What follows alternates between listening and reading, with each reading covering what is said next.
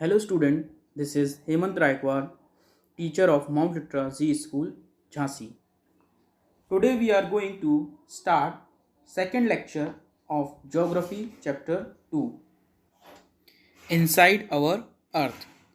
As I already told you that in this lecture we will study about rocks and minerals. So we shall start what are rocks and minerals. The earth crust is made up of various type of rocks. Any natural mass of minerals, matter that make up the earth crust is called a rock.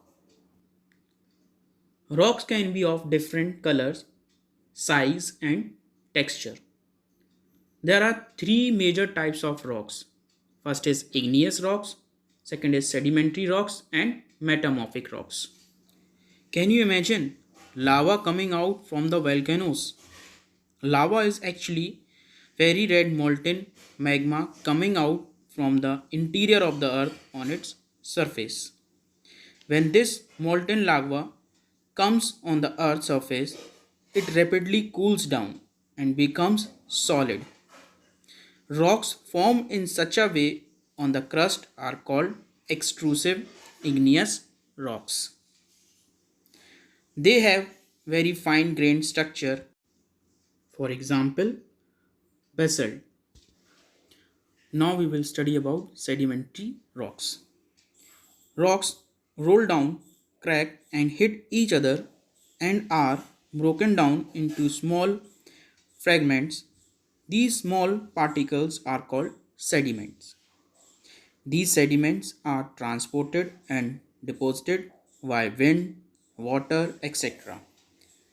These loose sediments are compressed and hardened to form layers of rocks. These type of rocks are called sedimentary rocks. For example, sandstone is made from grains of sand. Now what are metamorphic rocks?